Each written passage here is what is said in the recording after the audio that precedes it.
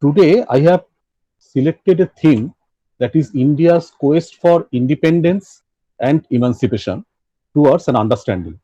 I like to point out that my presentation would be tentative in nature and subject to criticism. I sincerely invite your comments and suggestions so that I can revise it, I can improve my presentation, my argument. In this context, I would also like to mention that I will try to synthesize the existing researches in a comprehensive manner. My presentation would not deal with any kind of new data or unknown data. Here, my aim is to understand or to explain the long-term dynamics of the India's quest for independence and emancipation. I would like to begin my argument in this way that India is in many senses an exceptional country. If anybody studies the historical evolution of India, he or she will be overwhelmed or amazed by its critical as well as unique mosaic of evolution. The standard description of the history of India is based on the chronological division of ancient, medieval, and modern. This chronological division is largely a derivative form based on the experiences of European history and roughly commensurate with the ancient equal to slave mode of production, medieval equal to feudal mode of production, and modern equal to capitalist mode of production. Could this European notion be intelligently applied to the history of India in a blatant mode? This is a very basic question that we must ask in the 75th year of our independence. And if we look at the modern Europe, we cannot imagine it. We cannot imagine modern India without the following basic themes or basic developments. That is the Renaissance, the Reformation, the geographical discoveries, the scientific revolution, the Enlightenment, the Industrial Revolution, the formation of nation states, and obviously colonialism and imperialism. And all these developments, all these new things took place in Europe between 15th and 20th century and pushed Europe towards its modernity. In India, on the contrary, if we consider modern India, what we have, what we get, that is the establishment of colonial rule, a limited amount of modernization, the spread of English education, the rise of the English educated middle class, and birth of political consciousness, nationalism, and India's struggle for freedom. Also, the interplay of colonialism, nationalism, and communalism, and India's advancements towards independence and partition. Therefore, this schematic presentation of modern Europe and modern India would hardly assist us to understand either modernity or India. In India, modernity is associated with colonialism, or in other words, it was colonial modernity, quote unquote colonial modernity, that prevailed over in India. India got its modernity through the colonial filter.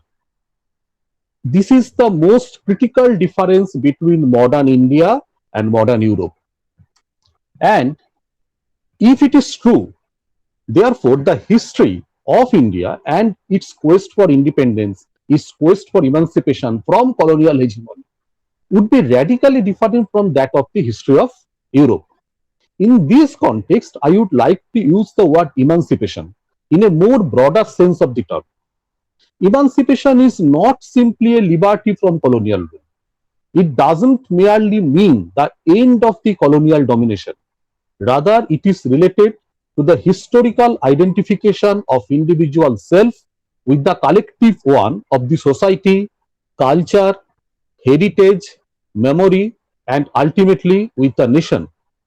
It is deeply attached with the sensibilities and emotions of past memory.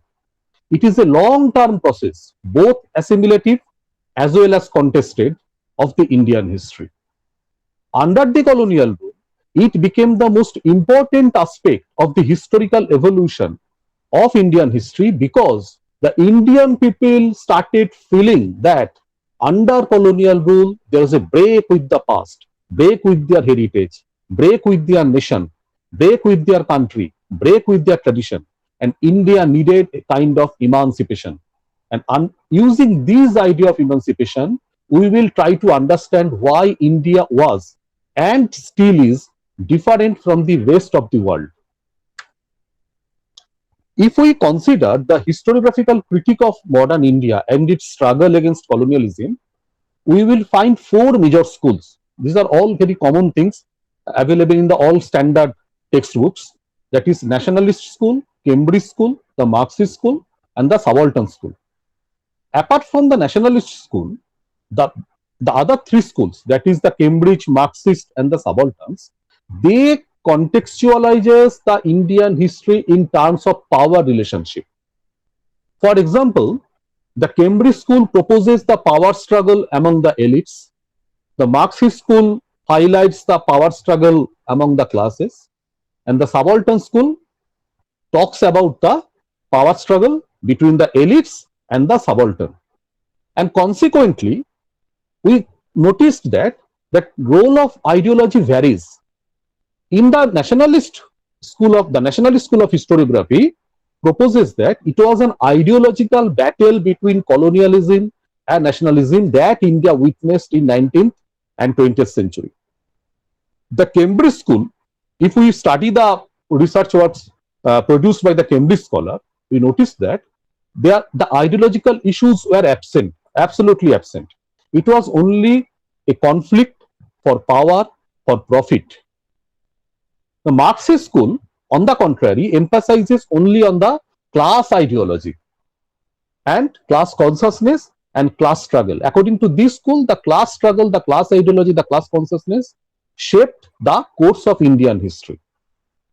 The most recent school, the subaltern school, emerged in India in the decade of 1980s and 1990s.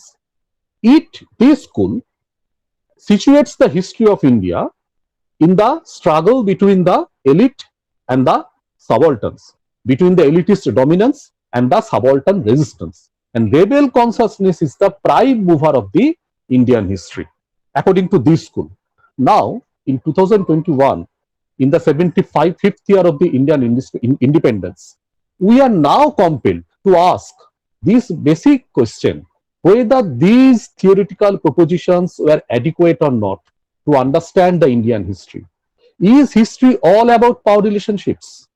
Is history only a power game studied in terms of elite conflict, or in terms of class power, or in terms of elite subaltern contradiction? Is it not that these theories reduced the historical evolution of Indian people into a mere reflection of war for competition and collaboration, class struggle and seizure of power, subsistence and survival?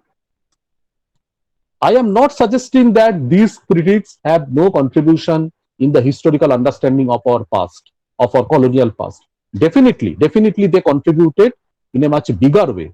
They explored much those areas, for example, the areas where class struggles were issues, where there was elitist and the subaltern consciousness played a bigger role in the Indian history, where competition collaborations played role. Definitely these all the schools, subaltern, the Marxist or the Cambridge, their research enlightened us, enriched us. But despite the immense contribution made by the Cambridge, the Marxist or the subalterns, these schools represent a kind of reductionist viewpoints, and consequently they failed to touch the core of the Indian historical trajectory. Now, a simple solution may emerge here. If we combine the viewpoint of the nationalist school with the Marxist or the subaltern theorization, we may get a balanced and nuanced analytical approach, and it implies that a new blended approach, the ideological perspective, would be integrated with the class struggle or elite subaltern conflict outlook. This question now the question comes, to what extent this integrative approach is fruitful or not. This approach will definitely help us to understand both the ideological aspects of the India's class struggle on the one hand and conflict among the classes on the other. However, the problem is that this theorization also interprets the Indian nationalism as a reaction, only as a reaction against British colonialism. However, the Indian struggle for freedom, to my understanding, was more than a mere reaction against colonial aggression, against colonial hegemony. The roots of our nationalist project were located in the larger social framework, ideological perspectives, and long term dynamics of the historical evolution of India. It was deeply rooted to the socio-cultural practices, belief systems, the emotional attachments, and societal values prevalent even in pre-modern, pre-colonial India. To be more precise, the long-term development of value system in pre-modern, pre-colonial India has a deep bearing on the formation of Indian nationalism in 19th and 20th centuries. If we agree with this particular proposition that the Indian nationalism is rooted in the socio-cultural practices, beliefs, values, emotions, sensibilities of pre-modern, pre-colonial Indian culture, then the next question emerges: where will we start from? To my understanding, where India differs from the rest of the world is that it contains innumerable number of societies within its folds without losing the very idea of in quote unquote Indianness. This distinctive feature, that is the existence of multiple societies instead of a single one, within a larger whole of India, fundamentally influence the long-term evolution of the Indian history or quote unquote histories. A broad analysis may help us, a analysis of our historical past may help us to understand this fact. I would like to begin with the geographical identity of our country, that is India. India is commonly referred to as Asamudra Himachalo, that is a land between Himalaya and seas. This triangular shaped land, along with rivers, forest, plains, desert, provided a sense of unique identity of its own. And that identity is India or Bharatvarsha or Bharat. This unique identity of Bharat or India does not denote simply a political perspective. It was not a political perspective. It was not even related to the rise and fall of the empires. It was more than a battle, war, trade, treaty, diplomacy, and other such events. Even it was not simply a religious or spiritual culture or spiritual identity. It denotes a vast continent like geographical landscape with certain mutually shared and deeply rooted traits, cultural commonalities, religious assimilations, sense of aesthetics, search for eternal artistic expressions, and quest for a living, which were common among the societies existed in India, irrespective of their differences. This socio-cultural formation of India was not based on high thinking, devoid of practices. On the contrary, it emerged from the blending of ideas and practices. Therefore, it is a conflict-ridden project on the contested terrain of the Indian past, and in this way, it is embedded with the very present. The last point, that is how it is embedded with us, with the present, needs a certain illustration. How do we hypothesize the role of cultural commonalities, social practices, religious beliefs into the formation of mutually shared practices, mutually shared traits of the Indian societies? How did these shared traits come to us from the past? The answer lies in the fact that Indian societies were inclusive in nature, in its basic orientation, and it has two basic components. In very simplistic term, it is unity and diversity. And if we interrogate these two terms, we actually reached at a higher plane. India always believed in mutual harmony, in inclusiveness. India also believed in the recognition of differences. The otherness was always accepted in the Indian culture. In the 75th year of independence, we have to reconstruct our past on the basis of this notion of harmony and recognition of differences. Harmony was expressed in multiple terms, multiple forms, multiple domains. In art, in architecture, in literature, in painting, in sculpture. It emanates from a way of life, belief systems, religious practices, social behaviors, cultural values, and world outlook. It also emphasizes the deeper unity of the societies existed in India despite the rise and fall of empires, the wars, the political transformation, treaties, and pacts. It upholds the eternal messages of Indianness. The recognition of differences is the other side of the harmony. It accepts the differences with respect. The otherness is always constituted, constructed, shaped, and evolved in the context of the harmony. Inclusiveness and otherness both evolved historically in India and deeply associated with the Indian struggle against colonial hegemony and India's quest for emancipation. The Indians were well aware of these two fundamental components of the Indian cultural and social formation. Our task, the task of the student of history, is to historicize it. Before doing it, it may be pointed out that inclusiveness and otherness are two distinct properties of the Indian societies which were or are, however, mutually interdependent, socially visible, and culturally manifested shared historical processes. We need we need to present here certain illustration to understand the historical manifestation of inclusiveness and otherness. For example, India has been witnessing the collective movement of people as well as of ideas from region to region since its early days of history. The spread of socio-religious and cultural ideas to far distant region is the example of such historical movement. And during this journey, ideas took new shapes to get accustomed with the local realities. However, the core idea remained unchanged despite this reorientation.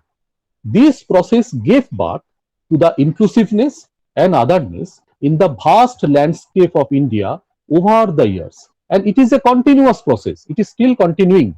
And the Indian reality could not be analyzed without examining these assimilative processes.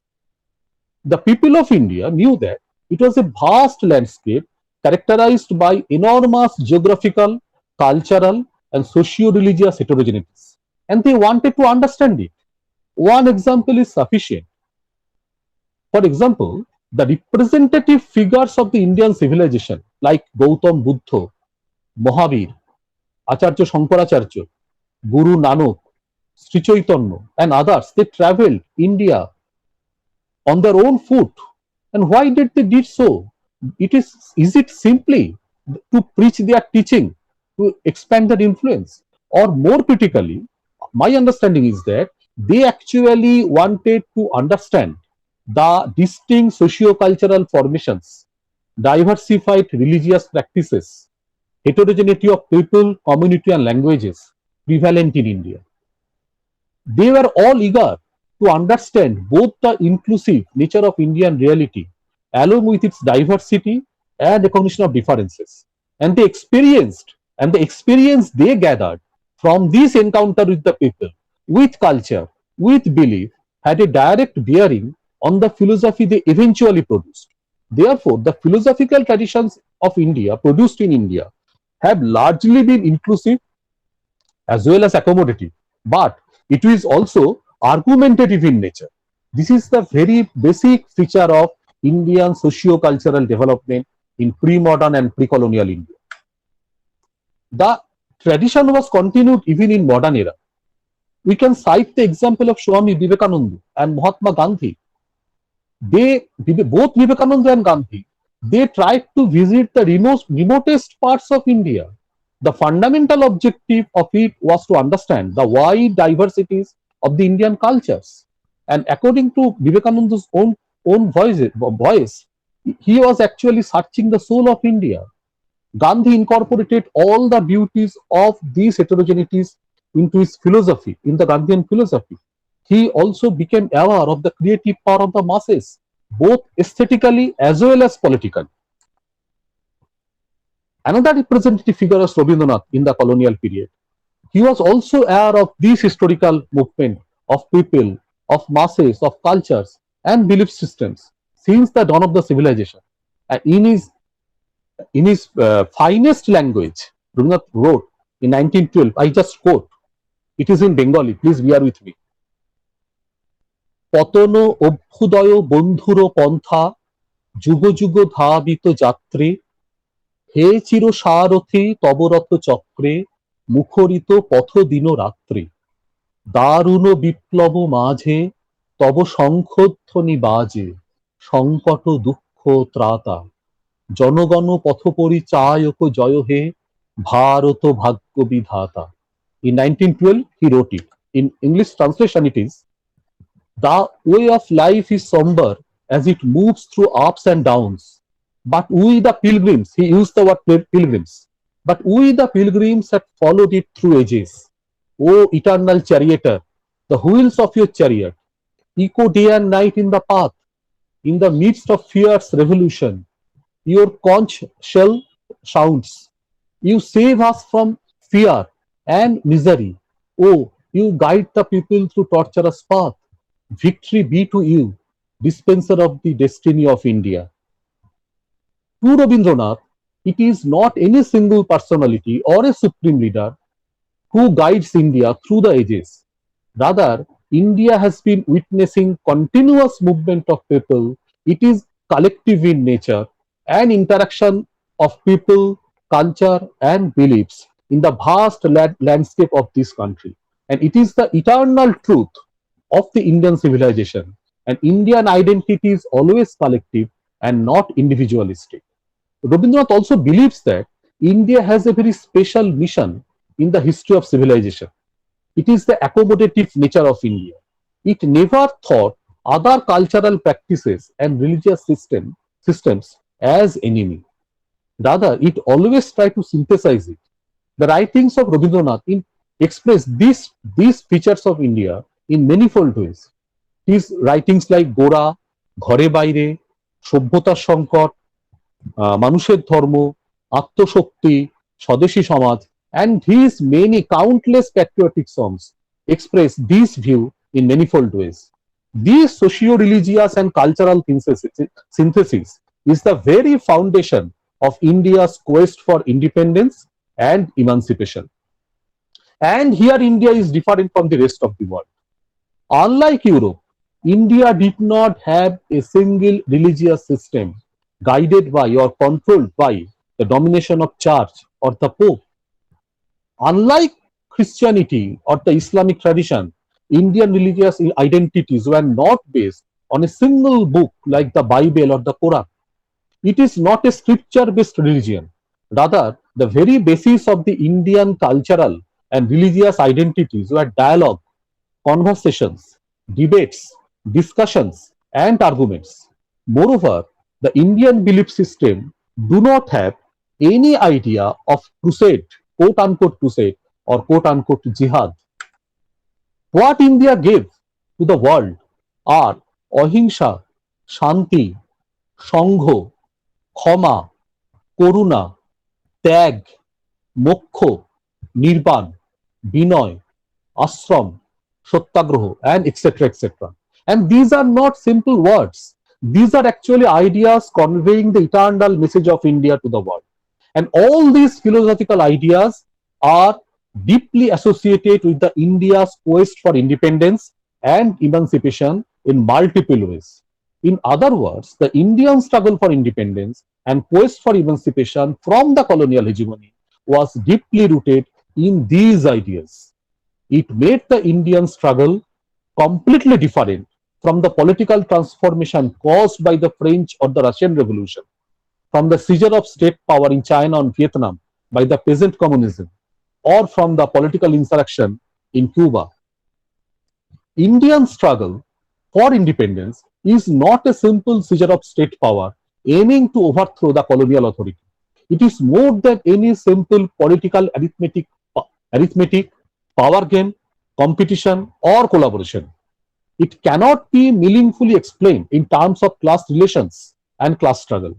The elite subaltern contradiction would not also be very helpful or adequate to understand the core meaning of the Indian past and its relationship with the present context. The Indian struggle for independence and emancipation is not a single or singular stream. It contains, on the contrary, multiple paths, ways, and means.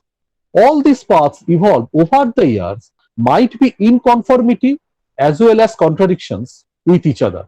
All the paths have, quote unquote, I emphasize this point, this area, all the paths have relative significance in the movement against colonialism. It against reminds us about the movement of people, of ideas, of culture, of beliefs, of practices. Each path recognized the others with respect through interactive contested mode. It indicates the inclusive nature of the Indian freedom struggle. It is actually an echo of the Indian tradition of assimilation as well as synthesis. The foremost contribution of India in the history of civilization, quote unquote history of civilization, during its struggle against British hegemony was the idea of ahimsa and satyagraha. It represents a higher level of struggle. At the one level, it is definitely linked with the struggle for independence. At another level, it is associated with the inner struggle of human being to conquest violence from the inner self of human being. It is the struggle to uproot the element of violence from the self, from the inner self. The philosophy of Satyagraha believes that emancipation of human being would depend on the inner struggle, continuous inner struggle to eradicate the elements of violence from minds, thought process, and consciousness. In this way, India's quest for independence and emancipation reached to a higher plane. It is emancipation of both individual and collective. It is emancipation of citizen as well as of the nation. And we have to study these multiple meanings of past and have to reconstruct India's quest for India's struggle for independence and India's quest for emancipation on the basis of this wider understanding of our past, our present, and also our future. And the 75th year of independence gives us, it's an opportunity to us to look into the past in a fresh, contested manner and to relate it to the present and think for the future. It is the task of the today's student of Indian history. We have to understand the Indian past, India's struggle against colonialism, not simply as a struggle like the Russian Revolution or the Chinese Revolution or the Vietnamese peasant struggle.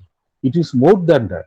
It is associated, it is linked with the overall tradition or heritage of Indian history, of harmony, of assimilation, of synthesis, and also the recognition of differences. This is my humble submission before you. Thank you, sir. Thank you.